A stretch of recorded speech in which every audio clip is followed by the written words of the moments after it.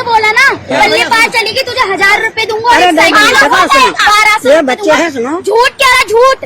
देवभूमि श्रद्धा और आस्था का वो केंद्र जहां कण कण में ईश्वर का वास माना जाता है। ऋषिकेश की वो पवित्र पावन धरती जहां गंगा की लहरें भी सुकून का संगीत सुनाती हैं। लेकिन जरा ठहरिए, उस सुकून के बीच आज जो तस्वीर सामने आई है वो रूह कपा देने वाली है। ये सिर्फ एक वीडियो नहीं, ये उस घिनौनी हकीकत का पर्दाफाश है जिसे कुछ लोग धार्मिक चोला ओढ़कर अंजाम दे रहे हैं।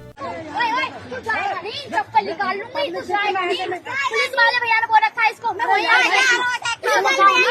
हुआ क्या? इसने देखो मेरे से बोला ना गली पार चलेगी तुझे 1000 रुपए दूंगा। ये बच्चे हैं, सुनो। झूठ कह रहा, झूठ। साइकिल दूंगा। इसने ये बात बोली, मेरे से हुआ। इनकी बहनों की बड़ी बड़ी थी, इसने उनमें से ही बच्चे के। इस भगवाधारी को जरा गौर से देखिए। तन पर गेरुआ वस्त्र, गले में मालाएं, सब कुछ एक साधु जैसा।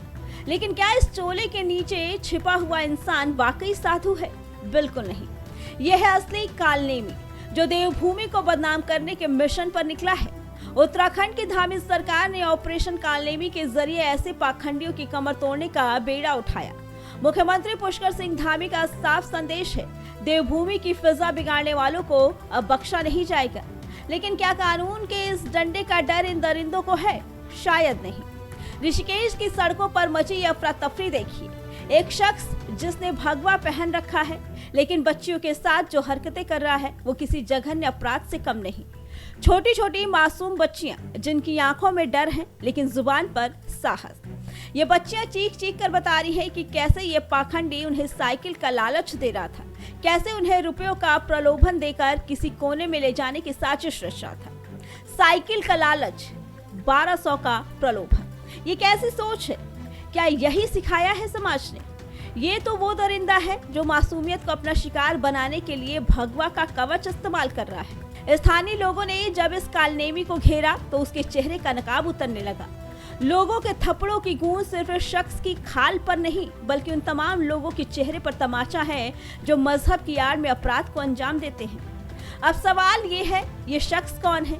क्या वाकई ये देवभूमि का रहने वाला है या फिर किसी गहरी साजिश के तहत बाहर से आकर यहाँ के माहौल में जहर घोलने की कोशिश कर रहा है? स्थानीय लोग लगातार उससे सच उगलवाने की कोशिश करते रहे लेकिन ये मुंह तक नहीं खोल रहा। पुलिस ने उसे हिरासत में लिया है, जांच चल रही है। पुष्कर सिंह धामी की सरकार ने पाखंडियों के खिलाफ जो अभियान छेड़ा है, आज ये वीडियो उसी की सच्चाई बयां कर रहा है।